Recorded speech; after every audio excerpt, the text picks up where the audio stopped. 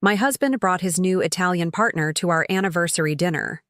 He warned me, "She doesn't speak English, so just smile and eat." I nodded, playing the clueless housewife. They spent the night flirting in Italian, mocking my dress and my age. I kept eating silently, but when he whispered, "Once she signs the papers tomorrow, her money is yours." I haven't spoken Italian since college, but I looked at them and said, "I'm glad to have you here. Follow my story until the end and comment the city you're watching from, so I can see how far my story has reached. My name is Deanna, and I'm 63 years old. I never imagined that my 38th wedding anniversary would be the night I watched my husband plan to steal my inheritance while flirting with his mistress right in front of me. The reservation at La Bella Vista was for 7:30. Jared had insisted on this particular restaurant, claiming it was romantic, but I should have known better. He'd been acting strange for months, taking calls in his study with the door locked, coming home late from business meetings, and most telling of all, suddenly showing interest in my mother's properties in Italy. I arrived first, as always.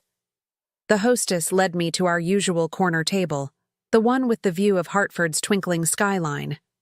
The familiar sense of garlic and basil filled the air, along with the gentle murmur of conversations in Italian from nearby tables.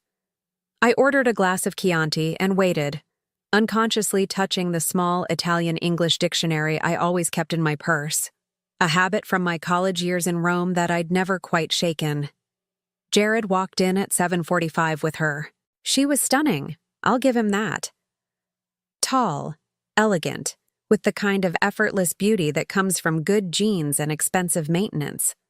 Her black hair was pulled back in a perfect chignon, and she wore a red dress that probably cost more than my monthly grocery budget. When Jared introduced her as Andrea Rossi, his new Italian business partner, I felt my stomach drop, though I kept my smile perfectly in place. "Deanna, this is Andrea," Jared said, his hand lingering on her lower back in a way that made my chest tight. "She doesn't speak much English, so just smile and eat, okay?" I nodded, playing the role he expected, the dutiful wife who wouldn't ask questions. They sat across from me and immediately began speaking in rapid Italian. Jared's Italian was terrible, choppy and heavily accented, but Andrea was patient with him, touching his hand when he struggled with pronunciation. I sipped my wine and pretended to study the menu while my heart hammered against my ribs. "Lei è più vecchia di quanto pensassi," Andrea said with a small laugh, glancing at me. "She's older than I thought." Jared chuckled, cutting into his osso buco. "E anche più ingenua. Non ha idea di niente." And more naive, too. She has no idea about anything. I kept eating my risotto, each spoonful feeling like sawdust in my mouth. "Il vestito che indossa," Andrea continued, gesturing subtly toward my navy blue dress. "Sembra che l'abbia comprato in un negozio dell'usato." "The dress she's wearing looks like she bought it at a thrift shop." They both laughed softly, and Jared reached over to squeeze Andrea's hand. I focused on my plate, remembering my mother teaching me Italian when I was 7, the 2 years I spent in Rome during college, the poetry I used to recite in perfect Tuscan accent. They had no idea. "Quando firmerà I documenti domani?" Andrea asked, her voice dropping slightly. "When will she sign the documents tomorrow?" Jared glanced around nervously before answering. "Domani pomeriggio. Le ho detto che sono per semplificare I nostri investimenti." "Tomorrow afternoon. I told her they're to simplify our investments." My fork paused halfway to my mouth. "Documents? What documents?" "Perfetto," Andrea purred, running her finger along the rim of her wineglass. "Una volta che avrà firmato le procure, tutto sarà nostro. La villa, il vigneto, tutto. Perfect. Once she signs the power of attorney papers, everything will be ours. The villa, the vineyard, everything."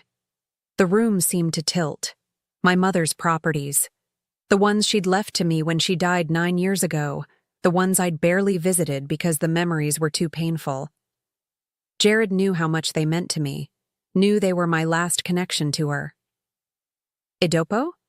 Andrea asked. "And then?" Jared's voice dropped to a whisper, but I caught every word. Dopo ci liberiamo di lei. Divorzio per abbandono del tetto coniugale. Terrà solo I debiti. After that, we get rid of her. Divorce for abandoning the marital home. She'll only keep the debts. I reached for my water glass with a hand I willed to remain steady. 38 years of marriage, and this was how it ended. Not with a fight or growing apart, but with cold, calculated theft. Sei sicuro che non capisce? Andrea asked, eyeing me suspiciously. Are you sure she doesn't understand? Jared waved dismissively. Diana, per favore, non sa nemmeno ordinare un caffè in italiano. Diana, please. She can't even order coffee in Italian. I smiled at them both, raising my wine glass. This is lovely, I said in my most pleasant voice. Thank you for including me in your business dinner. Andrea relaxed visibly, and Jared patted my hand condescendingly.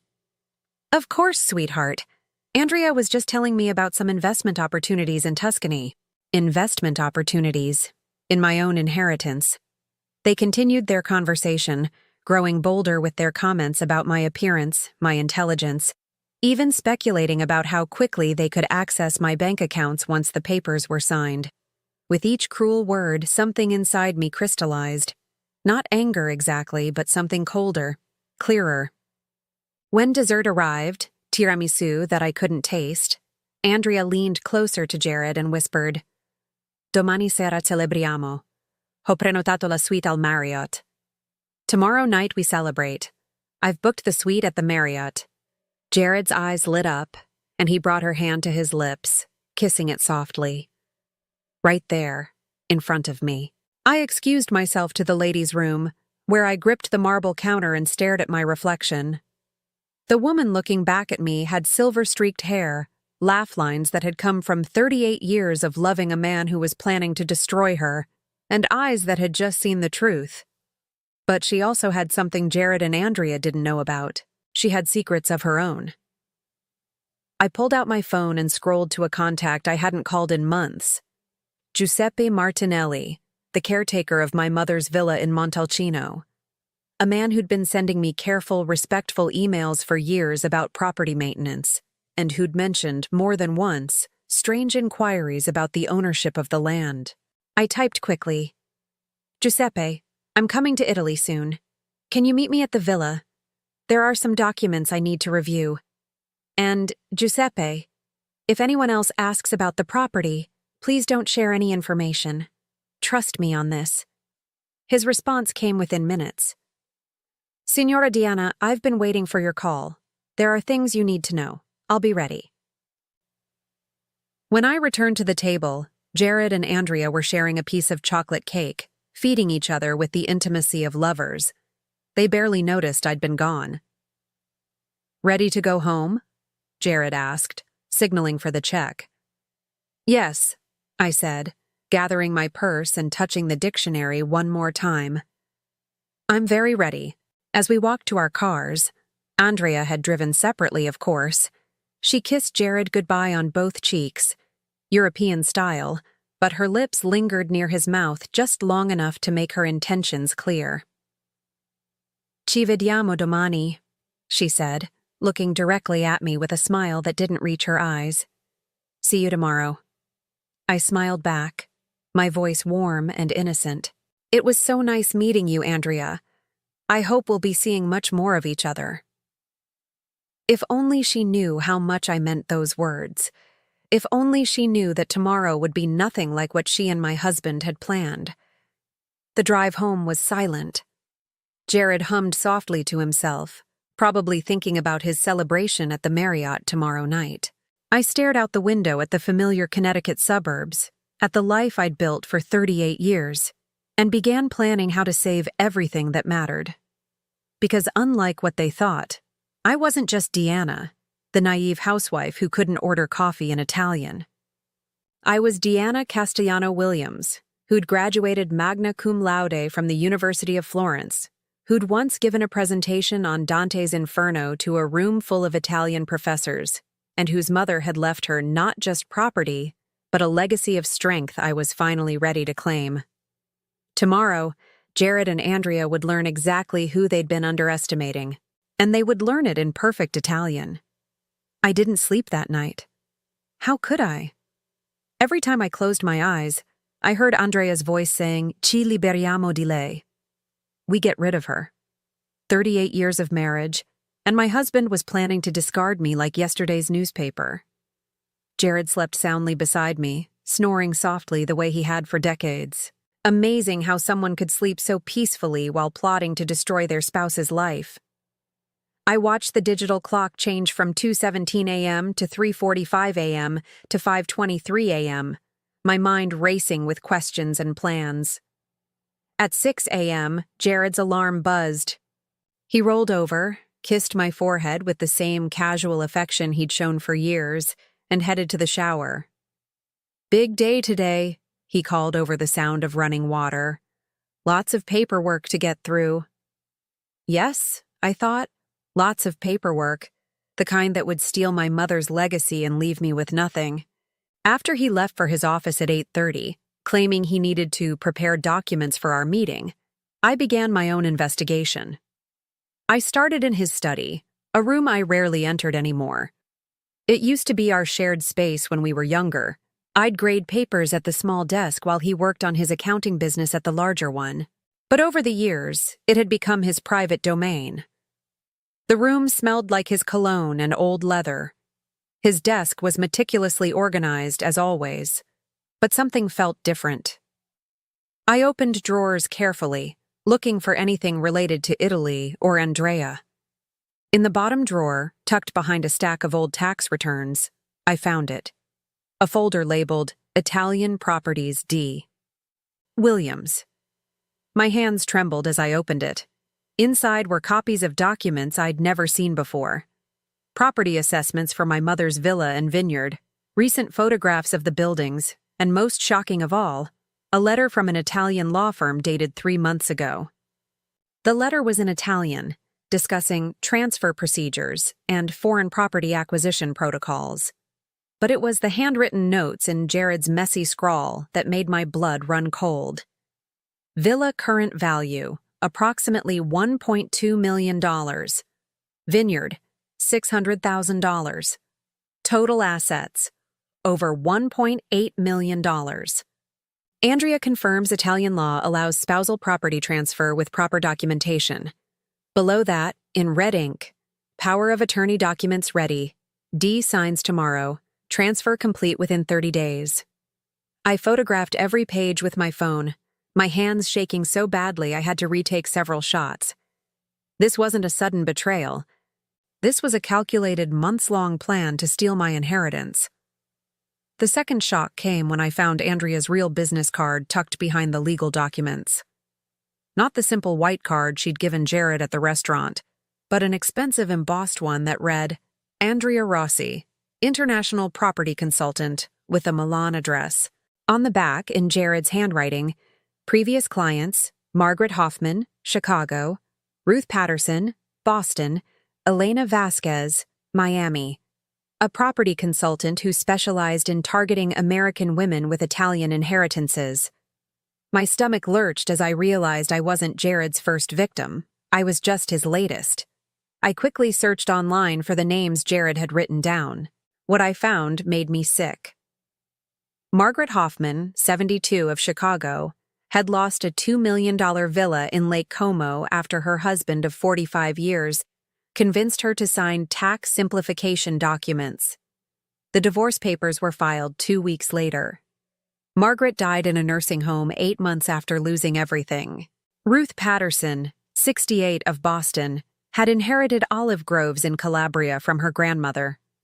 Her husband and his Italian business partner convinced her to streamline the property management. She ended up homeless, living with her daughter. Elena Vasquez, 61, of Miami, had trusted her husband of 32 years to handle the paperwork for her family's Sicilian vineyard. She discovered the betrayal only when Italian authorities contacted her about unpaid property taxes on land that was no longer legally hers. I printed every article, every court document I could find. Andrea Rossi wasn't just a mistress. She was a professional predator who specialized in destroying marriages and stealing inheritances. And Jared wasn't a cheating husband who'd lost his way. He was an active participant in a con game that had already destroyed at least 3 other women's lives. The phone rang, startling me out of my research. Jared's name appeared on the screen. "Hi, honey," he said, his voice warm with false affection. "Just wanted to confirm our meeting at 2 p.m. The lawyer's office is on Main Street, Suite 407. Bring your driver's license and social security card, okay?" "Of course," I managed, my voice surprisingly steady. "Should I bring anything else?" "Nope, just yourself. This is just to simplify our investment portfolio, make everything easier to manage. You know I only want what's best for us." Us. As if there was still an us in his mind. After hanging up, I called the law office he'd mentioned. "Hello, I'm Deanna Williams. My husband Jared scheduled an appointment for us today at 2 p.m., but I wanted to confirm what documents we'll be signing." The receptionist sounded confused. "Mrs. Williams? I don't show any appointment under that name. Are you sure you have the right office?" My heart pounded. "Let me double-check the address. Suite 407 on Main Street? That's us, but we definitely don't have any Williams appointments today. In fact, we specialize in immigration law, not financial planning." I thanked her and hung up. So Jared was planning to take me somewhere else entirely. Somewhere without official records. Somewhere Andrea could witness my signature on documents that would steal everything my mother had left me. That's when I remembered Giuseppe's email from months ago, the one I'd barely paid attention to at the time. He'd mentioned that someone claiming to be my husband had contacted him about selling the property. I'd assumed it was a scam, and told Jared about it, laughing at how bold thieves had become. Jared had laughed too, saying we should be more careful about protecting our information. Now I realized Giuseppe had been trying to warn me. I found his email and read it carefully. "Signora Diana, a man claiming to be your husband called asking about selling the villa. He knew many details about the property, but something felt wrong." He spoke no Italian and seemed surprised when I mentioned the olive harvest. "Your mother always said the olive grove was your favorite part of the land." I told him nothing, but I wanted you to know. Giuseppe had protected me even when I didn't know I needed protection. I spent the rest of the morning preparing. I called my bank and put a security hold on all our joint accounts, requiring both signatures for any withdrawals over $500. I contacted my financial advisor and moved my individual retirement account to a new institution.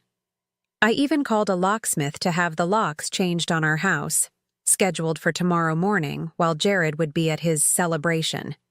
Most importantly, I booked a flight to Italy. Not for next week or next month, but for tomorrow night. If Jared wanted to play games with my inheritance, he would discover that I'd been playing chess while he was still learning checkers. At noon, I received a text from Andrea. "Looking forward to meeting you again today, Mrs. Williams. Thank you for being so understanding about our business relationship." I stared at the message for a long moment, then replied, "The pleasure is all mine. I can't wait to show you exactly how understanding I can be." By 1 p.m., I had gathered everything I needed, copies of all the evidence I'd found, my mother's original will proving sole inheritance, my passport, and most importantly, the phone number for Giuseppe Martinelli, who was expecting my call. I dressed carefully for our 2 o'clock meeting, wherever it was really going to be. I chose my navy blue suit, the one my mother had helped me pick out for my first job interview 40 years ago.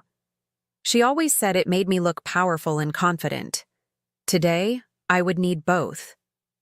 As I was getting ready to leave, I found myself standing in front of the mirror in our bedroom, the bedroom I'd shared with Jared for nearly 4 decades. The woman looking back at me wasn't the same person who'd sat silently at La Bella Vista last night. She was someone who'd just discovered she'd been living a lie, but she was also someone who'd decided to fight back. I touched the gold locket at my throat, the one with my mother's picture inside. "I won't let them take what you left me, Mama," I whispered in Italian. "Ti prometto. I promise." My phone buzzed with another text from Jared. Running a few minutes late. Meet you at the office at 2:15 instead. I typed back, no problem, take your time.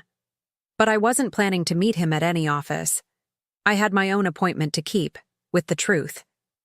As I drove toward downtown Hartford, I thought about the 3 women who'd been destroyed by Andrea's scheme. Margaret, who'd died alone in a nursing home. Ruth, who'd lost her family's legacy. Elena, who'd trusted the wrong person and paid with everything she owned. They hadn't known what was coming. They hadn't been able to protect themselves. But I did know, and I was going to make sure that Jared and Andrea learned exactly what happened when they targeted the wrong woman. The game was about to begin, and for the first time in months, I held all the cards. Instead of driving to meet Jared at his fake appointment, I drove straight to the Hartford Public Library. If Andrea Rossi was a professional con artist, there would be more evidence online than what I'd found in 20 minutes at home. I needed to understand exactly who I was dealing with before I walked into whatever trap they'd set for me. The library's computer lab was nearly empty at 2 in the afternoon. I settled into a corner workstation and began what would become the most important research of my life. What I discovered over the next 3 hours changed everything I thought I knew about my situation. Andrea Rossi wasn't just targeting random American women with Italian inheritances. She was part of a sophisticated network of international property fraud specialists. Her LinkedIn profile, which she'd carefully crafted to look legitimate, showed connections to lawyers in Milan, Rome, and Naples, all of whom specialized in expedited property transfers for foreign nationals. But it was the deeper dive into court records that revealed the true scope of her operation. In the past 5 years, Andrea had been involved in at least 12 cases of inheritance fraud across 3 countries. The pattern was always the same. Identify wealthy American widows or wives with Italian property, seduce their husbands, or find husbands willing to participate for a cut of the profits, then use carefully forged power of attorney documents to steal everything. The most chilling discovery came when I found a blog post written by Elena Vasquez's daughter, Maria. She'd written about her mother's case in excruciating detail, hoping to warn other families. According to Maria, her stepfather had been having an affair with Andrea for over a year before they made their move on her mother's Sicilian vineyard. The theft was so perfectly orchestrated that by the time Elena realized what had happened, the property had already been sold to a shell company controlled by Andrea's network. "My mother trusted him completely," Maria had written. She signed those papers thinking she was helping their marriage by simplifying their finances. Instead, she signed away 4 generations of family history. The worst part? When she confronted him, he acted like she was crazy. He gaslighted her so effectively that she started to doubt her own memory of what she'd signed. I printed Maria's blog post and several others from Andrea's victims. Each story followed the same devastating pattern: trust, manipulation, theft, abandonment, and finally, the complete destruction of women who'd simply wanted to believe their husbands loved them. But there was one difference in my case that gave me hope.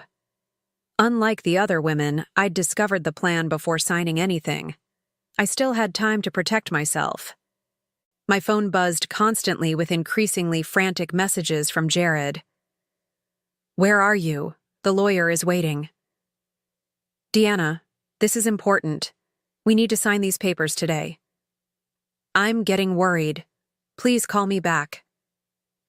"The appointment is at a different location. Meet me at the Marriott downtown, conference room B." They had to move the meeting at the last minute.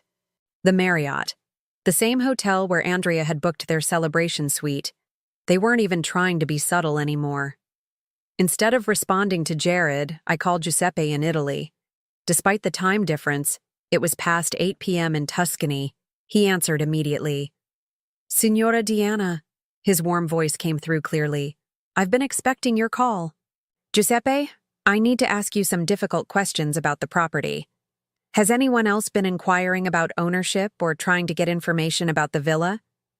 His sigh was heavy with concern. "Si, signora. Many calls in the past few months.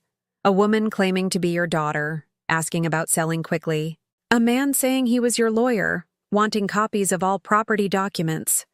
Another woman, this one with a very strong Milan accent, asking about the value of the olive groves. My chest tightened. What did you tell them? Nothing, Signora. Your mother made me promise years ago that I would only discuss the property with you directly. She was very specific about this, she said. He paused, as if remembering something painful. She said there might come a day when people would try to trick me, and I should trust only you. My mother had known. Somehow she'd anticipated that someone might try to steal what she'd left me. Giuseppe, I need to come to Italy immediately, tonight if possible. Can you meet me at the villa tomorrow? Of course, Signora. But are you in trouble? I looked around the library, at the evidence I'd printed, at the messages from my husband demanding I meet him at a hotel to sign away my birthright. Yes, Giuseppe, I am, but not for much longer. Then you should know. His voice dropped to a whisper. Your mother left something for you. Hidden in the villa. She made me promise to show it to you only if you came to Italy alone, without your husband. She said you would understand when the time was right. A chill ran down my spine. What kind of something? Letters, Signora, and documents. She said they would protect you if anyone ever tried to take what was rightfully yours. My mother, who'd died 9 years ago, was still trying to protect me. I felt tears burning my eyes as I realized how much she'd understood about the dangers of trusting the wrong people with family legacy. I'll be there tomorrow evening, Giuseppe. And Giuseppe, if anyone else calls asking about me or the property, I know nothing, Signora. I have always known nothing. After hanging up, I went to the travel agency next door to the library. Yes, travel agencies still existed, and sometimes they were the best option when you needed to book international flights without leaving a digital trail your husband could follow. I need a flight to Rome tonight, I told the agent, a middle-aged woman who looked like she'd helped people escape complicated situations before. Tonight? That's going to be expensive and difficult. Most flights to Rome leave in the morning. Money isn't an object. I need to leave as soon as possible. She typed rapidly on her computer. There's a KLM flight through Amsterdam that leaves at 11:45 p.m. You'd arrive in Rome tomorrow evening around 6:30 local time, but it's going to cost almost $4,000 for business class. Book it. As she processed my credit card, my personal card that Jared had no access to, I felt a strange sense of calm descending over me. For months, I'd been reactive, trying to understand why my husband was behaving strangely, why he seemed distant, why he was suddenly so interested in my Italian properties. Now I was taking action. My phone rang again. Jared's name flashed on the screen. This time I answered. Deanna, where the hell are you? We've been waiting for over an hour. We? I asked innocently. The lawyer and I, for the investment paperwork. Remember? Oh, Jared, I'm so sorry. I got confused about the location. You said Suite 407 on Main Street, but when I called to confirm, they said they didn't have any appointment for us. Silence. I could practically hear him scrambling for an explanation. There must have been some miscommunication. We're at the Marriott now, conference room B. Can you come here? Of course, honey. I'll be right there. But instead of driving to the Marriott, I went home. I had packing to do and final preparations to make before my flight. I also had one more crucial phone call to make. I dialed the number for Maria Vasquez, Elena's daughter, whose blog post had revealed so much about Andrea's methods. Hello? Ms. Vasquez, this is Deanna Williams. I know this is going to sound strange, but I believe the woman who destroyed your mother's life is now targeting me. The silence on the other end stretched for several seconds. Then, Andrea Rossi? Yes. How did you know? Because you're the fourth woman who's called me in the past 2 years. She's like a plague, moving from victim to victim. Are you married? 38 years. And your husband suddenly has a new Italian business partner who doesn't speak much English? My blood turned to ice. Yes. Then you need to run. Tonight. Don't sign anything. Don't trust anything he says. And don't think you can outsmart them together. My mother thought she could reason with my stepfather. Thought their marriage meant something to him. She died believing it was somehow her fault. I'm not running, I said quietly. I'm fighting back. How? I looked at my packed suitcase, at the evidence I'd gathered, at the plane ticket on my kitchen counter. I'm going to Italy to claim what's mine before they can steal it. And I'm going to make sure they understand exactly who they've been underestimating. Maria's voice warmed with something that sounded like admiration. Then you're braver than the rest of us were. Be careful, Mrs. Williams. Andrea doesn't just destroy finances. She destroys lives. And she doesn't give up easily. Neither do I. After hanging up, I looked around the kitchen where I'd cooked 38 years of meals for a man who was planning to betray me. Tomorrow night, I'd be eating dinner in my mother's villa, surrounded by olive trees and the scent of rosemary, protected by documents my mother had hidden away for exactly this moment. My phone buzzed with one final message from Jared. Very disappointed in you, Deanna. We'll discuss this when you get home. I typed back, Yes, we will, but not in the way you think. As I carried my suitcase to the car, I felt lighter than I had in months. Not because I was running away from my problems, but because I was finally running toward the truth. By the time Jared and Andrea realized I wasn't coming to their fake meeting, I'd be 35,000 feet in the air, flying toward the only place I'd ever truly felt safe. Tomorrow, in my mother's house, surrounded by 4 centuries of family history, I would discover what she'd left to protect me. And then I would return to Connecticut, ready for the fight of my life. But tonight, for the first time in years, I was going home. The flight to Italy was the longest 12 hours of my life. I couldn't sleep, couldn't eat, couldn't focus on the movie or the book I'd brought. My mind kept racing between rage at Jared's betrayal and anticipation of what my mother had hidden in the villa. Every time I closed my eyes, I heard Andrea's voice saying, Ci liberiamo di lei, and saw Jared's face as he kissed her hand at dinner. I landed in Rome at 6:30 p.m. local time, exhausted but determined. The drive to Montalcino took another 3 hours through winding Tuscan roads that I remembered from childhood visits with my mother. As the sun set behind rolling hills covered with vineyards, I felt something I hadn't experienced in months: peace. Giuseppe was waiting for me at the villa, just as he'd promised. He looked exactly as I remembered from my last visit 9 years ago. Weathered face, kind eyes, and hands that spoke of a lifetime working the land.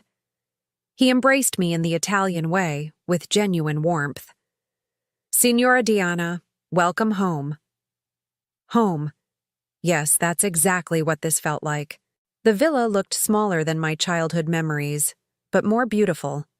The stone walls glowed golden in the evening light, and the scent of lavender and rosemary filled the air.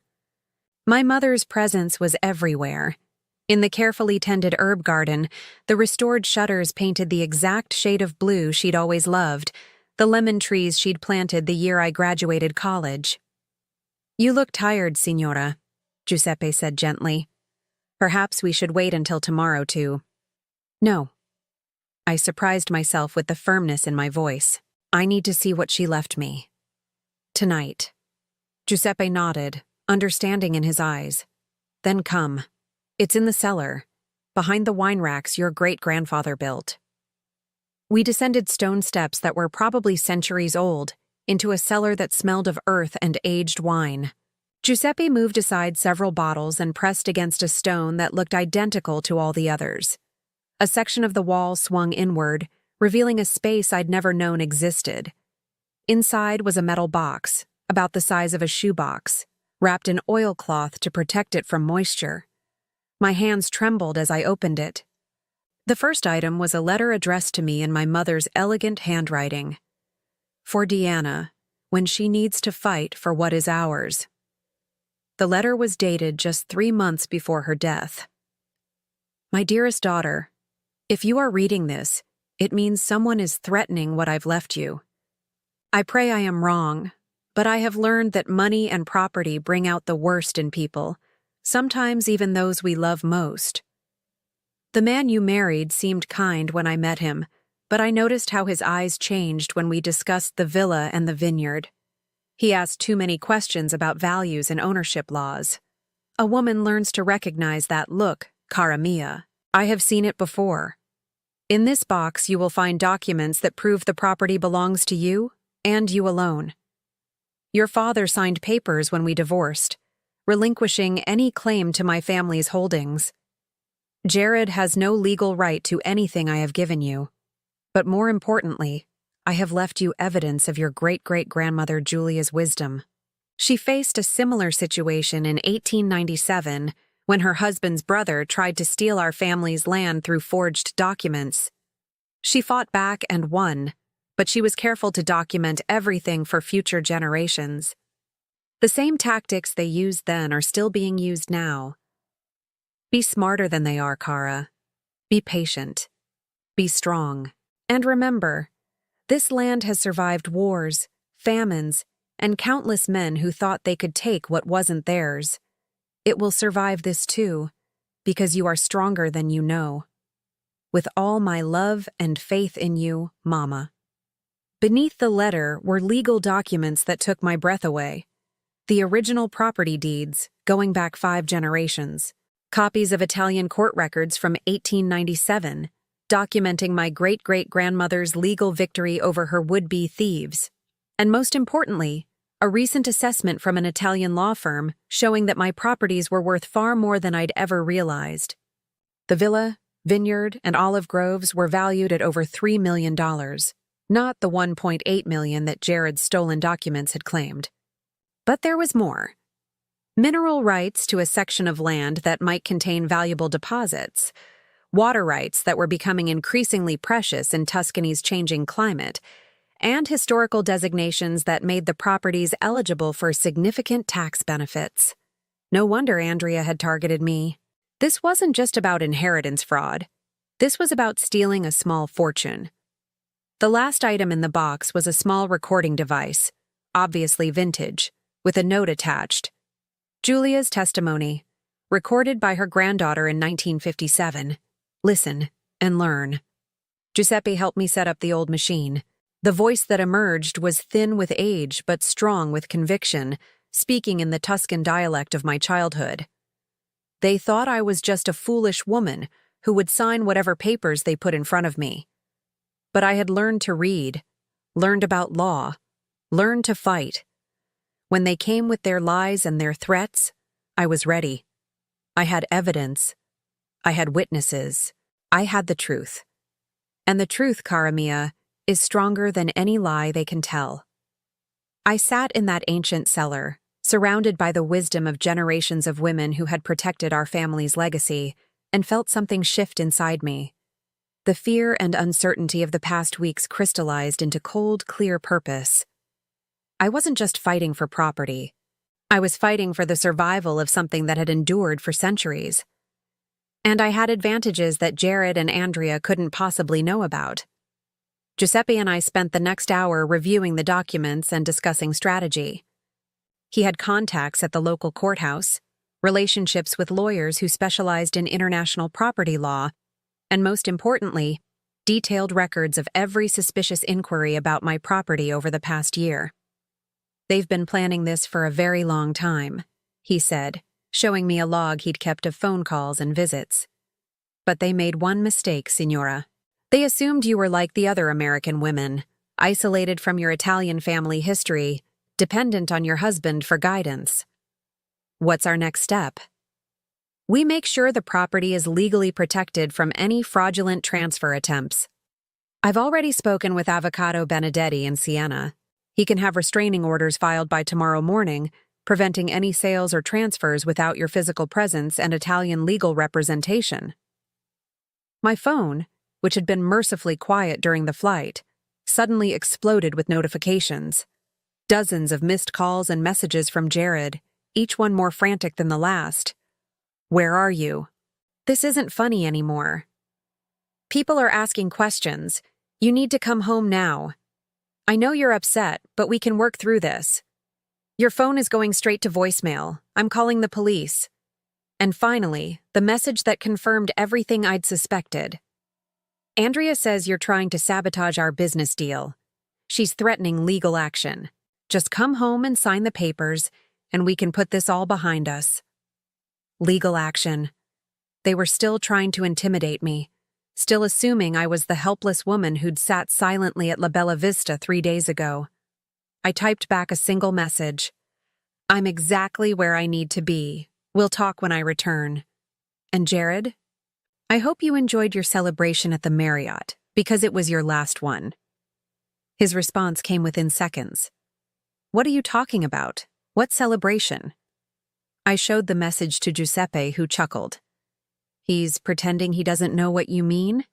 Of course he is, but that's about to change. I called Avocado Benedetti, even though it was past 10 p.m. Giuseppe had warned him to expect my call at any hour. Signora Williams, his voice was crisp and professional. Giuseppe has explained your situation. I've already begun the preliminary paperwork to protect your properties. But I need to ask, do you have evidence of their intentions to commit fraud? I have recordings of them planning the theft. I have documentation of their previous victims.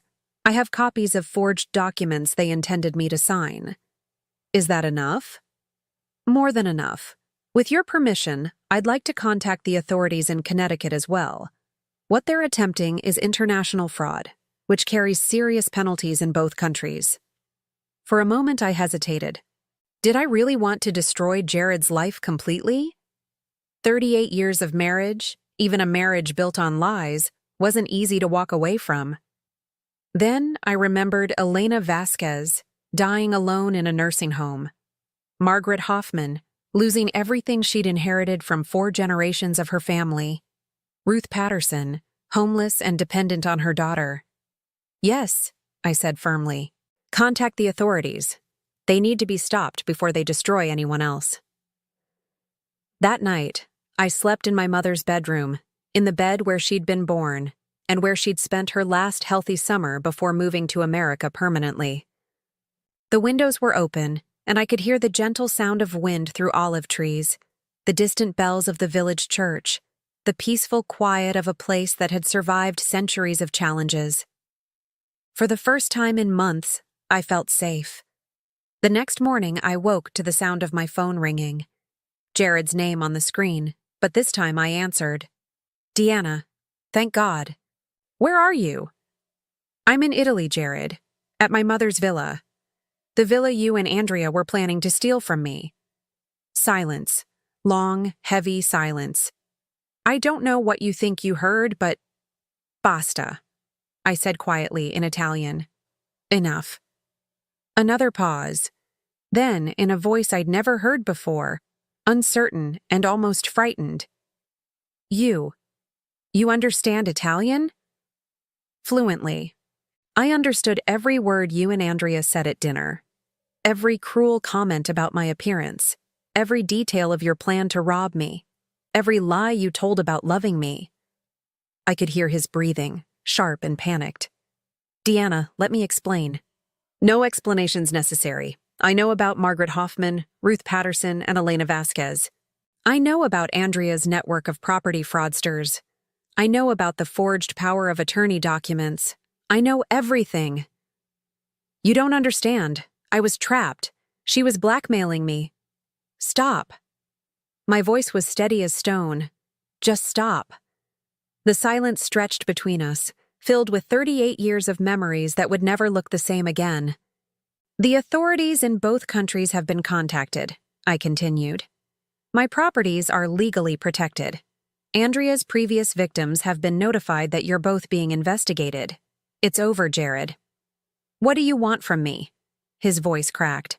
What can I do to fix this? I looked out the window at olive trees that had grown here for centuries, at stone walls built by my ancestors who'd fought to protect what was theirs, at the land my mother had preserved for me even as she lay dying. You can disappear from my life, I said softly. Completely and permanently. Because the woman you thought you married, the one who would sit quietly while you stole her birthright, never existed. I hung up the phone and turned it off. Tomorrow, I would fly back to Connecticut to begin divorce proceedings and ensure that Andrea faced justice for her crimes.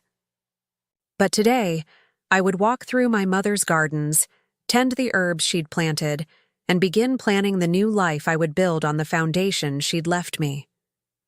The silence that had protected me for so long was finally ready to speak. I spent 3 more days in Italy, working with Avocado Benedetti to ensure my properties were legally bulletproof against any future fraud attempts. But more importantly, I spent those days remembering who I was before I became someone who apologized for taking up space in my own life. The phone calls from Connecticut were relentless. Jared called 17 times the first day after our confrontation, then stopped completely. But Andrea called every few hours, her voice switching between threats and desperate pleading. "Mrs. Williams, you're making a terrible mistake," she said in one message, her Italian accent thicker when she was angry. "Jared owes money to very dangerous people. If you don't help him, something bad might happen to you." I saved every threatening message and forwarded them to both Avocado Benedetti and the FBI agent who'd been assigned to the international fraud case. Andrea was making their job easier with every word. The third day brought news I'd been waiting for. Agent Sarah Martinez called from the Hartford field office with an update that made my hands shake with satisfaction. "Mrs. Williams, we have Andrea Rossi in custody. She was arrested this morning at Kennedy Airport trying to board a flight to Milan using a false passport. We also have evidence that she's wanted by Interpol for similar crimes in France and Germany. What about my husband?" "Jared Williams is cooperating with our investigation. He claims he was coerced into participating, but the evidence suggests otherwise. We found records of payments he received from Andrea's operation going back 8 months. This wasn't a recent seduction, Mrs. Williams. This was a long-term business partnership. 8 months. While I'd been worrying about his health, his stress, his sudden mood changes, he'd been planning to rob me blind. What happens now? Andrea will likely face 15 to 20 years in federal prison. Your husband. That depends on how much he cooperates and what other evidence we uncover. But, Mrs. Williams, you should know that we found a list in Andrea's possession. 12 other American women with Italian inheritances.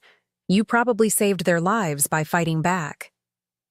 After hanging up, I sat in my mother's garden and cried for the first time since this nightmare began. Not tears of sadness, but of relief so profound it felt like physical pain leaving my body. Giuseppe found me there an hour later, bringing homemade biscotti and strong coffee. "Good news from America?" he asked gently. "Very good news. They arrested Andrea. She'll go to prison for a long time." He nodded with satisfaction. "Your mother would be proud. She always said you had steel in your spine, even when you were a little girl running through these olive trees." "Giuseppe, I need to ask you something. When my mother was dying, did she ever talk about being worried about Jared?" He was quiet for so long I thought he wouldn't answer. Finally, he sighed. "She mentioned him once, near the end. She said he asked too many questions about money, about the property values, about Italian inheritance laws.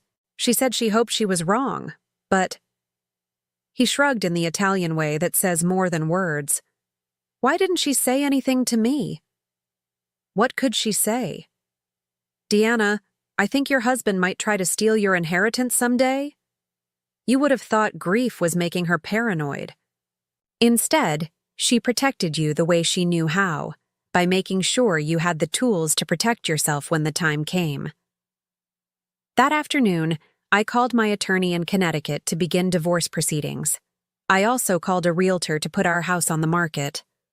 Whatever life I was going to build next, it wouldn't include anything that reminded me of 38 years of lies. But the most important call I made was to Maria Vasquez, Elena's daughter. "Mrs. Williams, I've been thinking about you constantly. Are you safe?" "I'm safe, and I have news." Andrea Rossi was arrested this morning. She's going to prison for a very long time. The silence on the other end stretched so long, I thought the connection had dropped. Then I heard crying. "My mother can finally rest," Maria whispered. She died thinking it was somehow her fault, that she should have been smarter, should have seen it coming. But she was just a woman who trusted the wrong person. Your mother wasn't weak, Maria. None of Andrea's victims were. They were targeted because they had something valuable, and they were manipulated by experts. The only difference is that I found out before I signed the papers. What about your husband? He's cooperating with the FBI to reduce his sentence, but our marriage is over. Some betrayals can't be forgiven. Are you going to be okay? Financially, I mean? I looked around my mother's villa, at the olive groves that had been producing income for my family for generations, at the vineyard that Benedetti assured me could become quite profitable with proper management. I'm going to be more than okay. I'm going to be free. The flight back to Connecticut was completely different from my panicked journey to Italy. I felt calm, centered, and for the first time in years, excited about my future. I'd made a decision during those quiet days in Tuscany. I wasn't just returning to wrap up the legal mess Jared had created. I was returning to start over completely. The house felt different when I walked in, smaller somehow and filled with the ghosts of conversations that had never been honest. Jared was waiting in the kitchen, looking older than his 65 years. When he saw me, his face crumpled with what looked like genuine remorse. "Deanna, don't." I set my suitcase down but didn't sit. "I don't want explanations or apologies. I want information. The FBI said you've been taking money from Andrea for 8 months. I want to know how long you've been planning this." He couldn't meet my eyes. "It started as just an affair. She approached me at a business conference, said she was attracted to successful older men. I was flattered. You seemed so distant after your mother died, and Andrea made me feel important, desired, worth lying to your wife of 38 years. It wasn't supposed to go this far. She said it would just be some paperwork, that we'd restructure the Italian properties to be more tax efficient.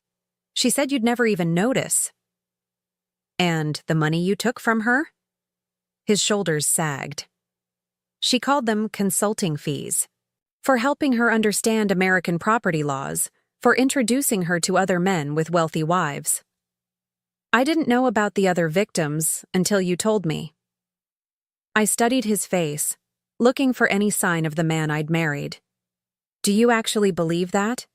Or is that just the story you're telling yourself to sleep at night?" "I don't know anymore.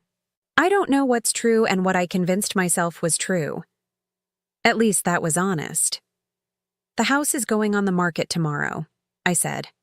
"I'll split the proceeds with you 50-50, which is more generous than you deserve. After that, I don't want to see you again." "Where will you go?" I thought about the villa in Tuscany, about Giuseppe's invitation to help him expand the olive oil business, about the winemaking course offered by the local agricultural college, about all the ways I could spend my remaining years that didn't involve pretending to be smaller than I was. "I'm going home," I said, "to the place where people don't lie to me about who they are. Deanna, please. 38 years has to count for something." I looked at him, really looked at him, and felt nothing but pity. 38 years would have counted for everything if any of it had been real. "But you've been lying to me so long that I don't think you even know who you actually are anymore." That evening, I called my children to explain what had happened. Both Maria and Tony were shocked but supportive. Maria, my daughter who lived in Boston, immediately offered to help me pack and move. Tony, my son in California, offered to fly out to handle Dad if I needed backup. "I still can't believe it," Maria said. "Dad always seemed so solid, boring even." "Sometimes the most dangerous people are the ones who seem harmless," I told her. "They trade on our trust, on our assumption that people are basically good." "Are you going to be okay, Mom? Really okay?" I was sitting in my mother's favorite chair, looking through photo albums from my childhood summers in Italy. Pictures of me at 8, covered in dirt from helping with the olive harvest. Pictures of me at 16, learning to make wine with my grandfather. Pictures of a girl who was confident and strong before life taught her to apologize for taking up space. I'm going to be better than okay, sweetheart. I'm going to remember who I was before I forgot. 3 weeks later, the house sold to the first family who looked at it. Jared received a suspended sentence in exchange for testifying against Andrea and providing information about her network. He moved to a small apartment across town, and I heard through mutual friends that he'd started attending therapy and Alcoholics Anonymous meetings. I hoped he found peace, genuinely, but I also hoped I never saw him again. My last night in Connecticut, I drove to my mother's grave.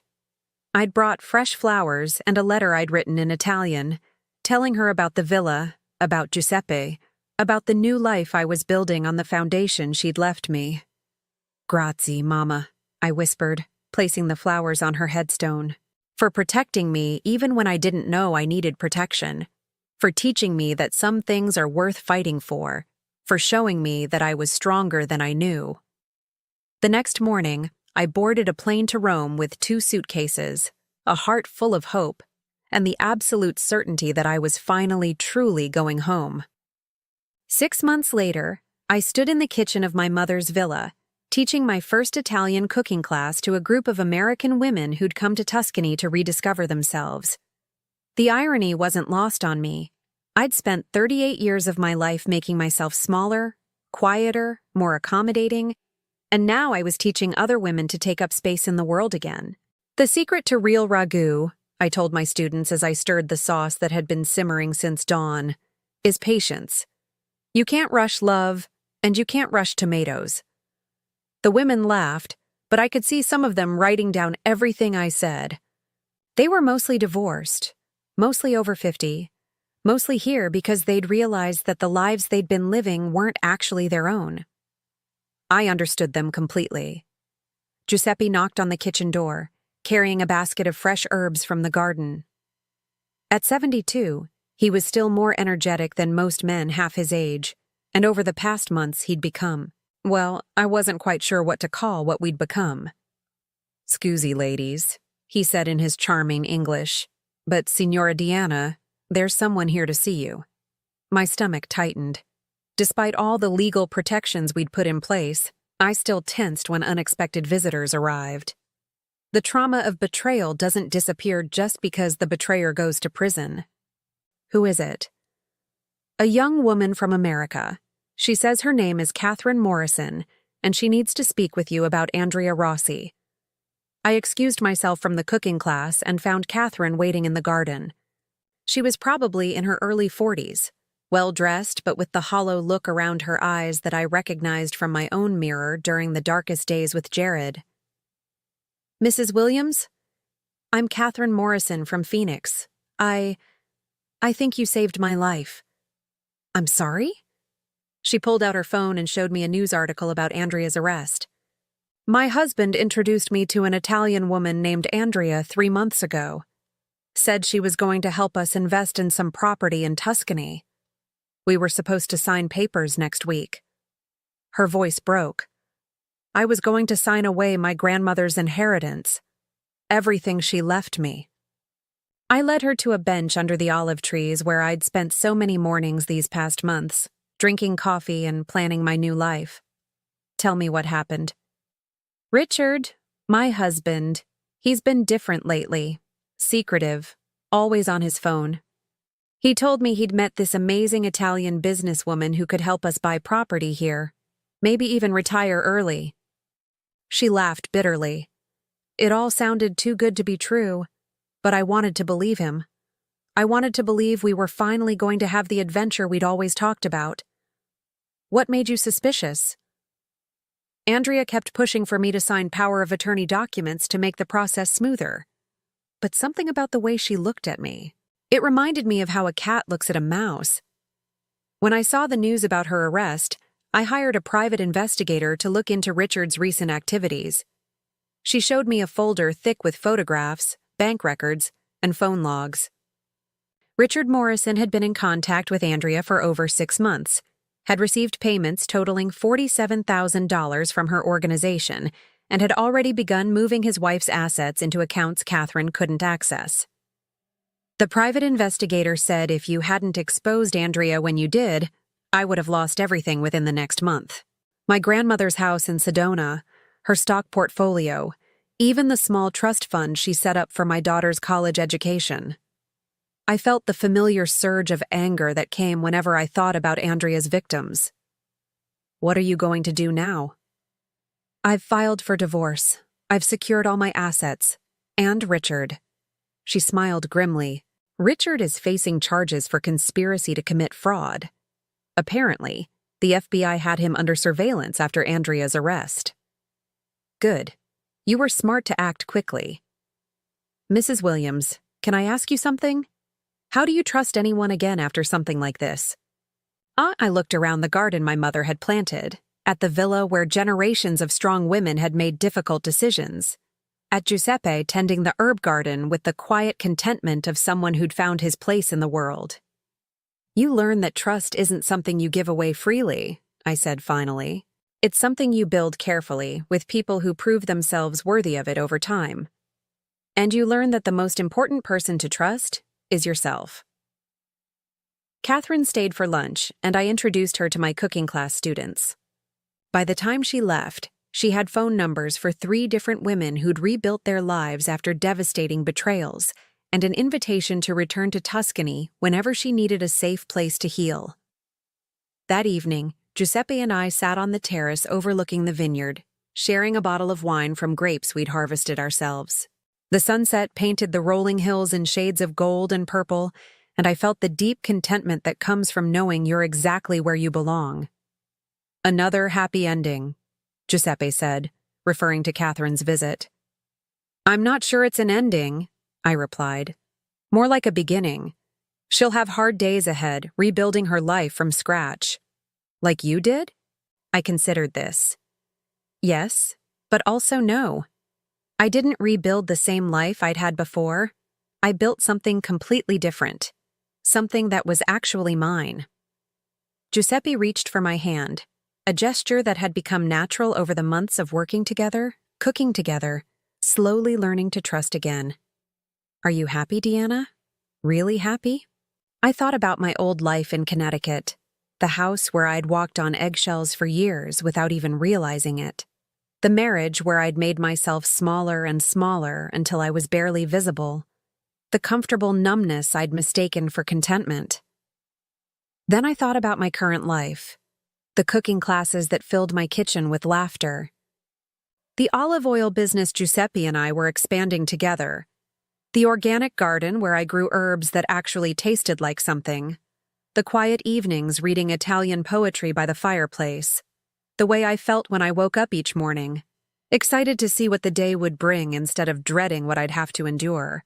I'm happy in a way I didn't even know was possible, I said. I spent so many years thinking happiness meant avoiding conflict, keeping peace, not asking for too much.